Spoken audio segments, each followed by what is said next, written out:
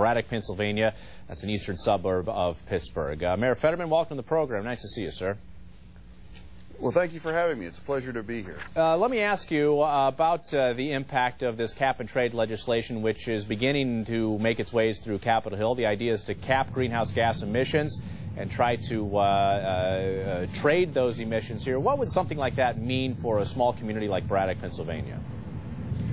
Well, I think in the short to long term, it's going to mean more jobs for the region as a whole. I'm not here just as a champion for just necessarily my community, but this is again an energy policy legislation. This piece of legislation has long-term ramifications in helping rebuild, and not even necessarily green jobs, but again, you know, when you have 250 tons of steel in every windmill and 8,000 moving parts, you're going to create a lot of good quality blue-collar manufacturing jobs that we lost by the hundreds of thousands in states like Pennsylvania, Michigan, and Ohio. The manufacturing of those wind turbines, as you mentioned, certainly could help out employment, but some of those steel-making facilities could be impacted by this cap-and-trade legislation because, let's face it, you know, they're emitting plenty of greenhouse gases to forge that steel.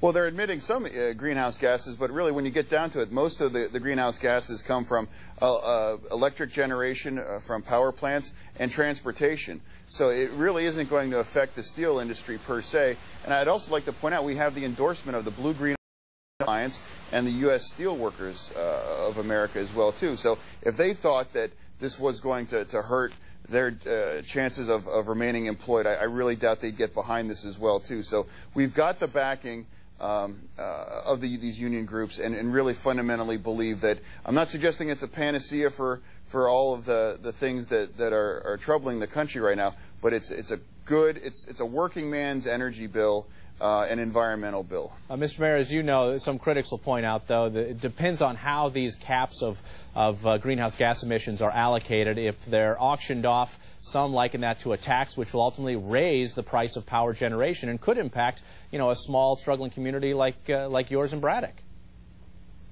Well, again, they try to make the specious argument that, well, if you try to, you know, work with the environment, you're going to kill the economy, and that just simply isn't true. Sure, there'll be some costs involved, but the study released indicated that it will be somewhere around $100 per year per family.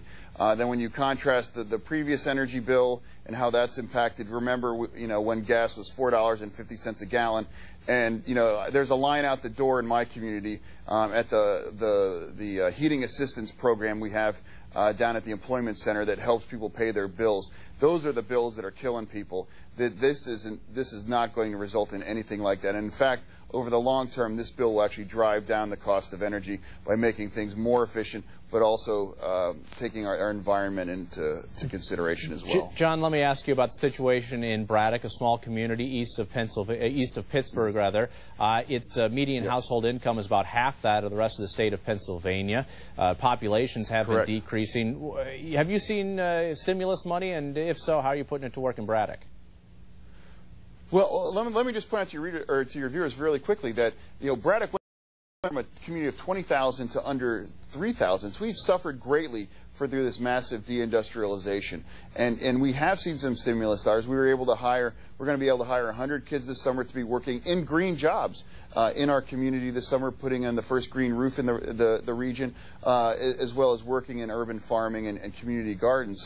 So green jobs, you know, is not just a trendy catchphrase right now. It's something that's very real and that's making a real important impact on a community as small as Braddock and as well as Pittsburgh, and this cap-and-trade policy will have that same similar effect, we believe, on the entire country as well. John, we appreciate the thoughts. Best of luck as Mayor of Braddock, Pennsylvania. John Fetterman along with us.